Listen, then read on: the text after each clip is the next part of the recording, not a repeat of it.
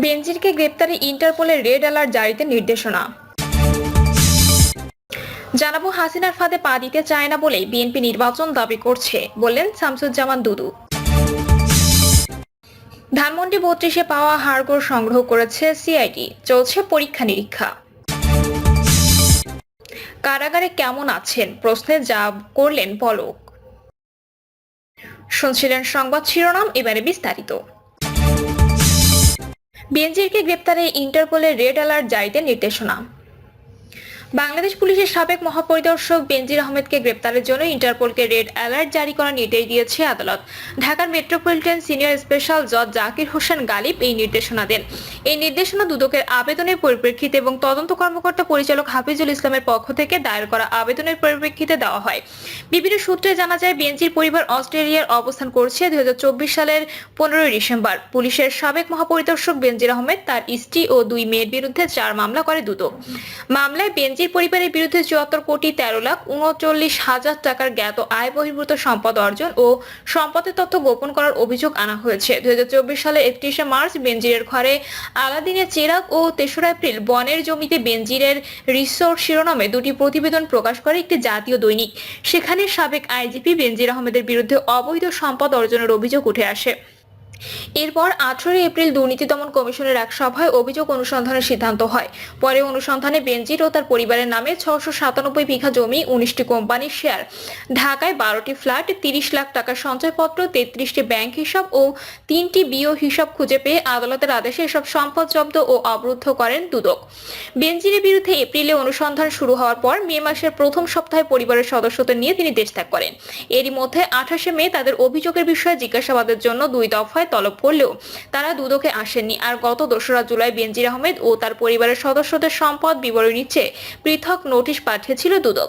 এই নোটিশের পরিপ্রেক্ষিতে আগস্টের মাঝামাঝি আইনজীবীর মাধ্যমে পুলিশের সাবেক প্রধান তার পরিবারের 4 সদস্যের সম্পদ বিবরণী জমা দেন। এর আগে গত বছরের 23শে মে সাবেক আইনজীবী বেনজির আহমেদ 83টি দলিলের সম্পত্তি, 345 বিঘা ও 33টি ব্যাংক হিসাব জব্দের নির্দেশ দেন আদালত।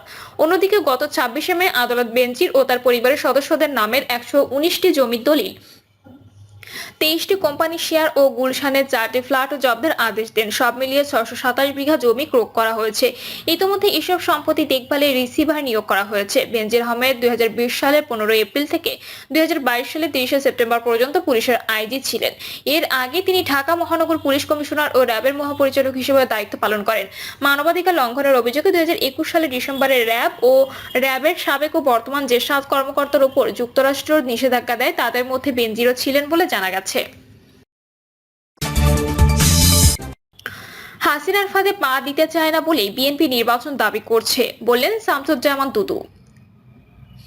হাসিনার ফাঁদে পা দিতে চায় না বলে বিএনপি নির্বাচন দাবি করছে মন্তব্য করে দলটির ভাইস চেয়ারম্যান শামসুজ্জামান দুদু বলেছে, অনেকে নির্বাচনে বিরোধিতা করছে, বিএনপির নামে অপবাদ দিচ্ছে, অপপ্রচার চালাচ্ছে। তবে বিএনপি এদেশের মানুষের ভোটের অধিকার ফিরিয়ে দিতে চায়, দেশের বিরুদ্ধে সব ষড়যন্ত্র ধ্বংস করতে চায়, দেশের জনগণের জন্য কাজ করতে চায়।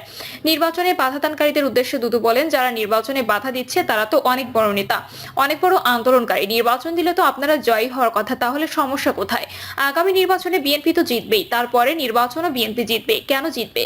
কারণ বিএনপি জনগণের মধ্যে থাকতে চায়। তিনি বলেন, বিএনপি যে 31 দফা দিয়েছে তা গণতন্ত্রকামী রাজনৈতিক দলগুলোর সমন্বয় দিয়েছে। এই 31 দফা পড়েন, তাহলে সংস্কার কি 1 ঘন্টার মধ্যে জেনে যাবেন। অন্তর্বর্তী সরকারের উপদেষ্টাদের উদ্দেশ্যে বিএনপির ভাইস চেয়ারম্যান বলেন, উদ্দেশ্য সৎ থাকলে বিএনপির 31 দফা পড়তেন, তা না করে শুধু সংস্কার করেন। একজন শুধু উন্নয়ন করেছেন, আর আপনারা শুধু সংস্কার করছেন। এগুলো বাদ দিতে হবে, মানুষের ভোটের অধিকার ফিরিয়ে দিতে হবে। মুক্তিযুদ্ধের পরে শেখ মুজিবুর রহমান ব্যর্থ হয়েছিলেন একটি ভালো নির্বাচন দিতে, যে কারণে 73 সাল থেকে সংকট শুরু হয়েছিল। সে সংকট কাটিয়েছিল শহীদ প্রেসিডেন্ট জিয়াউর রহমান, এরপরে সংকট কাটিয়েছিলেন বেগম খালেদা জিয়া, এবার সংকট কাটাবেন তারেক রহমান। উপদেষ্টাদের উদ্দেশ্যে তিনি আরো বলেন, দ্রব্যমূল্য নিয়ন্ত্রণ করতে পারেন না, আইন শৃঙ্খলা পরিস্থিতি ঠিক করতে পারেন না। আমাদের যারা সমন্বয়ক আছে তারা গাজীপুরে গিয়েছিল, তাদের উপর হামলা করা হয়েছে। আপনারা সরকারে থাকা অবস্থায় এই ধরনের ঘটনা ঘটে, যা লজ্জাজনক। শামসুজ্জামান দুদু বলেন, মানুষের অধিকার প্রতিষ্ঠার জন্য বিএনপি লড়াই করছে। যারা মানুষের অধিকার কেড়ে নিয়েছে, দেশ থেকে লাখ লাখ হাজার কোটি টাকা বিদেশে পাচার করেছে, তাদের বিচারের দাবিতে এবং জনগণের সরকার প্রতিষ্ঠার দাবিতে বিএনপি কর্মসূচি দিয়েছে। প্রয়োজন বলে তারা রাজপথে নামবে এবং মানুষকে ঐক্যবদ্ধ করবে। ঐক্যবদ্ধ ছাড়া আমাদের মুক্তির কোনো পথ নেই। ধানমন্ডি ৩২-এ পাওয়া হাড়গোড় সংগ্রহ করেছে সিআইডি, চলছে পরীক্ষা নিরীক্ষা। ধানমন্ডির ৩২ নম্বরে শেখ মুজিবুর রহমানের ভাঙা বাড়িতে হাড়গোড় পাওয়া গেছে, তবে এইগুলো মানুষের নাকি অন্য কোনো প্রাণী তার ল্যাবে পরীক্ষা করে দেখবে পুলিশের অপরাধ তদন্ত বিভাগের ক্রাইম সিন। ইতোমধ্যে এই আলামত সংগ্রহ করেছে সিআইডি। সকালে আলামত সংগ্রহ করে ক্রাইম সিন বিষয়টি নিশ্চিত করেছেন ধানমন্ডি থানার ওসি আলী আহমেদ মাসুদ। তিনি বলেন, আজ সকাল 8:30টার দিকে সিআইডির একটি ফরেনসিক টিম ভবনের নিচে এসে এক টুকরো হাড়, এক সেট জামা ও এক জোড়া জুতা সংগ্রহ করেছে। তারা সেগুলো পরীক্ষা করে দেখবে হাড়টি মানুষের কিনা। বিষয়টি নিশ্চিত করে সিআইডি অতিরিক্ত পুলিশ সুপার জসিমউদ্দিন খান জানান, ঘটনাস্থল থেকে হাড়, জামা ও জুতা সহ বেশ কিছু স্যাম্পল সংগ্রহ করা হয়েছে। সিআইডির ফরেনসিক টিম সেগুলো পরীক্ষা করে দেখবে এর সঙ্গে সন্দেহজনক কোনো কিছু সংশ্লিষ্টতা আছে কিনা, এর আগে আয়নাঘর বা গোপন বন্দিশালা আছে কিনা। এমন সন্দেহে ধানমন্ডি ৩২ নম্বরের শেখ মুজিবুর রহমানের বাড়ির বেসমেন্ট থেকে পানি সরানোর কাজ করে ফায়ার সার্ভিস। পরে সেখানে কিছুই পায়নি ফায়ার সার্ভিস। উল্লেখ্য, গত 5 ফেব্রুয়ারি ভারতে পালিয়ে যাওয়া স্বৈরাচারী প্রধানমন্ত্রী শেখ হাসিনার অনলাইনে বক্তব্য দেওয়াকে কেন্দ্র করে ৩২ নম্বর শেখ মুজিবুর রহমানের বাড়ি গুড়িয়ে দেয় বিক্ষুব্ধ ছাত্র জনতা। কারাগারে কেমন আছেন প্রশ্নে যা করলেন পলক। বৈষম্য বিরোধী ছাত্র আন্দোলনের সময় রাজধানীর যাত্রাবাড়ি থানার পারভেজ মিয়া হত্যা মামলায় সাবেক আইসিটি প্রতিমন্ত্রী জুনায়েদ আহমেদ পলক সহ 4 জনকে ফের রিমান্ডে নেওয়া হয়েছে। শুনানি শেষে Dhaka metropolitan magistrate GM Farhan Ishtiaq Ghosh প্রত্যেককে 4 দিনের রিমান্ডের আদেশ দেন। রিমান্ড শুনানি শেষে পলককে হাতে হাত করা, বুকে বুলেট প্রুফ জ্যাকেট ও মাথায় হেলমেট পরিয়ে হাজতখানায় নেওয়া হচ্ছিল। নিয়ে যাওয়ার সময় পলক সাংবাদিকদের বলেন, ভয় দেখিয়ে নয়, ভালোবাসা দিয়ে জয় করতে হয়। তবে কার উদ্দেশ্যে তিনি এ বার্তা দিতে চান প্রশ্নে তিনি চুপ থাকলেও পাশ থেকে আইনজীবীরা বলেন, কারা ভয় ছড়াচ্ছে আপনারা দেখতে পাচ্ছেন। এরপর পলক কারাগারে কেমন আছেন প্রশ্ন করা হলে তিনি শুধু হাসেন। রিমান্ড শুনানি শেষে পলকের আইনজীবী ফারজানা ইয়াসমিন রাখি প্রেস ব্রিফিং এ বলেন, আসামি পলককে বিভিন্ন থানার মামলায় 60 দিনের রিমান্ড মঞ্জুর করা হয়েছে, এখনো 24 দিনের রিমান্ড পেন্ডিং আছে। এর আগে যাত্রাবাড়ি থানার এক মামলায় রিমান্ডে নিলে আসামি পলক শারীরিকভাবে অসুস্থ হয়ে পড়েন। তাই আজকের মামলায় আমরা রিমান্ড বাতিল চেয়েছি, প্রয়োজনে জেল গেটে জিজ্ঞাসাবাদের জন্য বলি।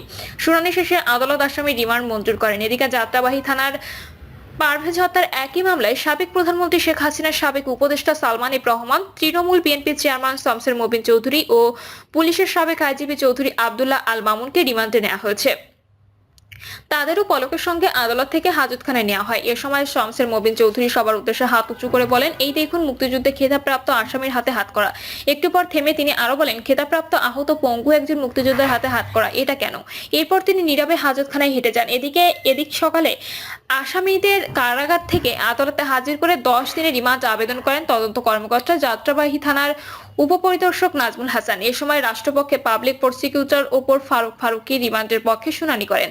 অন্যদিকে আসামি পক্ষে তা আইনজীবীরা রিমান্ড বাতিল ও জামিন চেয়ে আবেদন করেন। উভয় পক্ষের শুনানি শেষে আসামিদের 4 দিনের রিমান্ড মঞ্জুর করেন। এর আগে আসামিদের গ্রেপ্তার করে বিভিন্ন মামলায় তাদের কয়েক দফায় রিমান্ডে নেওয়া হয়েছে।